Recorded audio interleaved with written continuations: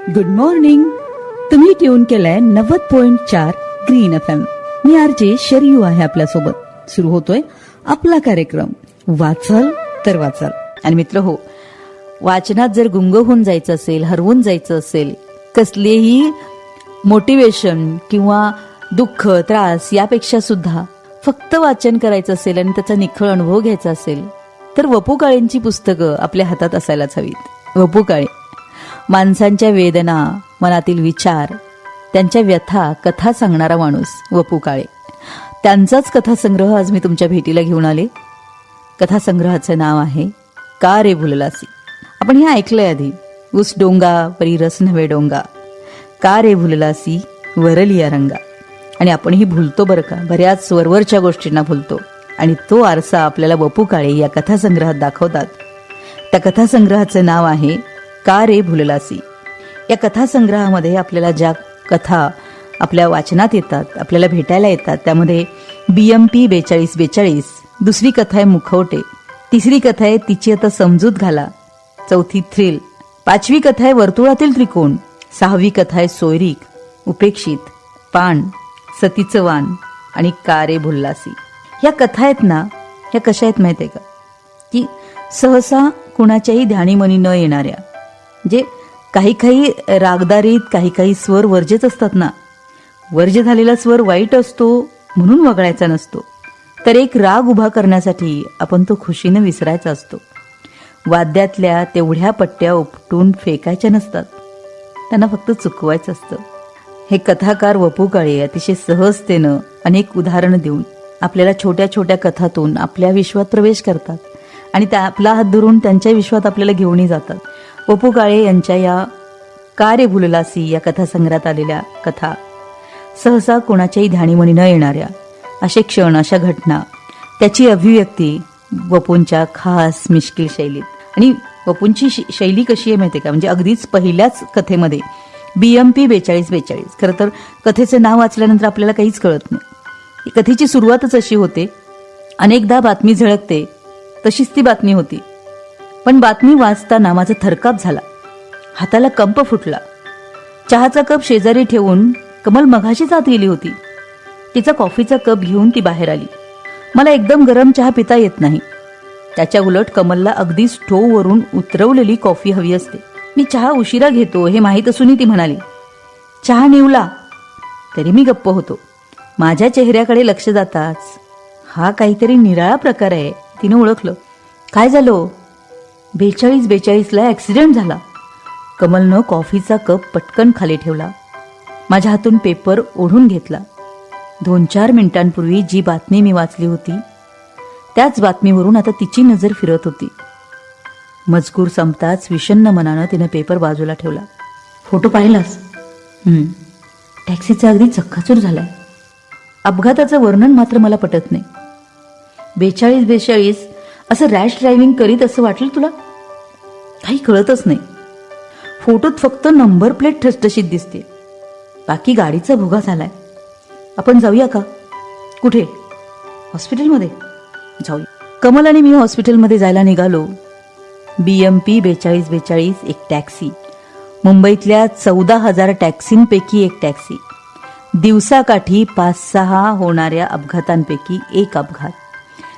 लेखक आणि त्यांची पत्नी यांच्यासाठी BMP 4242 हा केवळ टॅक्सीचा नंबर नव्हता, तर तो टॅक्सीवाला, त्याची ती पहिली ओळख, त्याचं ते गोड बोलणं, त्याच्या टॅक्सीतले गजरे आणि अडीनडीच्या वेळेला सतत त्या माणसाचं उभं राहणं. फक्त काम म्हणून नव्हे, तर माणसं जोडण्याची कला असलेला आणि माणसांवर आपुलकी दाखवणारा हा टॅक्सीवाला. आणि त्याच्यासाठी जेव्हा टॅक्सी करून त्याला असं सर्व्हिसिंगला दिलेली होती, ट्रायलसाठी टॅक्सी बाहेर काढली आणि ती अपोजिट ट्रॅफिक लाईनमध्ये घुसली. मेकॅनिकला फार लागलंय का? मेकॅनिक कालच वारला हॉस्पिटलमध्ये. तेव्हा लेखक म्हणतो की तुम्हाला प्रत्यक्ष बघेपर्यंत लक्ष लागत नव्हतं, म्हणून तेवढ्यासाठी भांडूपपासून इथपर्यंत आलात. अहो, त्यात काय विशेष आहे? जगात चांगल्या माणसांची संख्या जास्त आहे असं मी म्हणतो, ते तुम्हाला पटत नाही. तेवढं नाही पटत, पण आता हे बघा, असं म्हणत BMPनं ड्रॉवरमधून काही पत्र काढली. ही मला ॲक्सिडेंट झाल्यानंतर आलेली पत्रे आहेत. कारण 2 दिवसापूर्वीच इतर सर्व वर्तमानपत्रांमध्ये ही बातमी आली आहे. माझे पॅसेंजर्स, त्यांचं हे प्रेम, एका टॅक्सीवाल्यावर 14,000पैकी मी एक. खरंच माझी कमाई काय आहे, तर हीच माझी कमाई. किती सुंदर आहे ना. हे पैशापेक्षा सुद्धा कधी कधी माणसं किती एकमेकांना जीव लावतात, आणि जी नात्या गोत्याची नाहीत, रक्ताची नाहीत, अशा माणसांसाठी सुद्धा कसा जीव तुटतो. कारण एकमेकांच्या सोबत कशा वेवलेंथ जुळतात तेच कळत नाही. आणि हे सांगणारच या कथासंग्रहातली ह्या पहिली कविता BMP 4242. अशा एकापेक्षा एक कथा, मग ती मुखवटे असो किंवा सतीचं वाण किंवा इतर सर्व कथा, ह्या आपल्या जीवाला ओढ लावतात. कधी चेहऱ्यावर मस्त स्माईल आणतात, तर कधी अलगद आपले डोळे पाणावतात. वाचनाचा निखळ आनंद ज्या कथासंग्रहातून मिळतो तो वपू काळे यांचा कथासंग्रह का रे भुललासी. वाचनाचा निखळ आनंद देणारा आणि माणसातला विश्वास प्रबळ करणारा लेखक म्हणजे वपू काळे. मानवीय भावभावनांचं, मनातल्या विचारांचं शब्दबद्ध रूपांतरण करणारा लेखक म्हणजे वपू काळे. आज त्यांचाच कथासंग्रह मी तुमच्या भेटीला घेऊन आलेली आहे. कथासंग्रहाचं नाव आहे का रे भुललासी. एकापेक्षा एक सुंदर 10 ते 11 कथा या पुस्तकात आहेत. पण आपण पुस्तक खाली ठेवू शकत नाही जोपर्यंत हे संपूर्ण पुस्तक वाचून काढत नाही. अगदी छोटं पुस्तक, आणि यातली शेवटची कथा म्हणजे का रे भुललासी. या कथेची सुरुवातच अशी होते, कुमार काका हा दीपक कसा करतो पहा, मला वाचवा. सुजाता ओरडत खोलीत आली. किशोर कुमारनी झटकन हातातली प्लेट खाली ठेवली आणि समोरच बसलेल्या त्या म्हाताऱ्याला जाण्याची खूण केली. त्यांनी सुजाताकडे पाहिलं. तिचा चेहरा घामानं भरलेला होता. किशोर कुमाराने तिचा भेदरलेला चेहरा पाहिला आणि ते म्हणाले, अगोदर अशी शांतपणे बस बघू. हां सांग आता काय झालं. दीपकनं मला ह्यापुढे ती बोलूच शकत नाही. तिचे हुंदके सुरू झाले. ती रडत म्हणाली, माझ्या आईला फोन करा, तिला बोलवा. हो जरूर बोलवतो, तू मुळीच काळजी करू नकोस, मी इथं आहे. तुझ्या केसालाही मी तोपर्यंत धक्का लागू देत नाही. मला सांग सगळं, मी कुणी परकाय का. या कथासंग्रहात किशोर कुमार नावाची व्यक्ती आहे, विमलबाई आहेत, मेघमाला आहे आणि सुजाता जी हुंदके देत आली, आणि इथूनच ही कथा सुरू होते. का रे भुललासी या कथासंग्रहातील सर्वात मोठी कथा असणारी ही कथा नाही सांगणार मी तुम्हाला, नाहीतर मजा जाईल वाचनाची.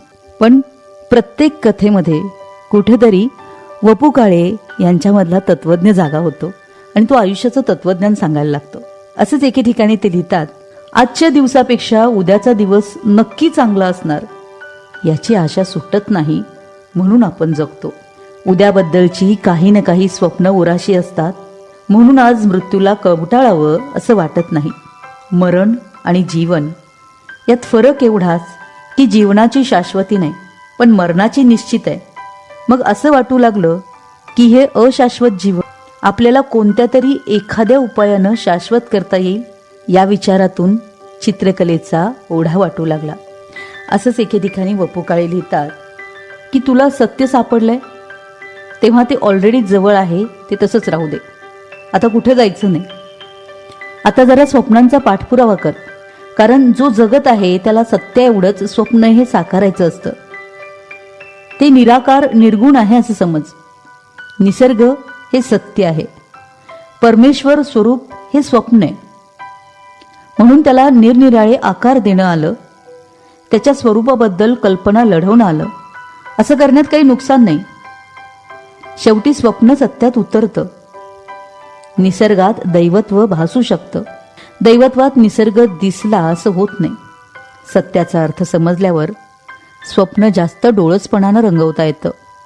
असे वपू काळे त्यांच्या कथा जीवाला ओढ लावणाऱ्या, जीव लावणाऱ्या, तर कधी कधी जीवाला त्रासही देणाऱ्या एकापेक्षा एक कथांचा सुरस संग्रह का रे भुललासी. मित्र, आजच्या भागात आपण इथंच थांबूया. पुन्हा भेटू पुढील रविवारी अशाच एका एव्हरग्रीन पुस्तकासह. तब तक के लिए सुनो ग्रीन, रहो एव्हरग्रीन.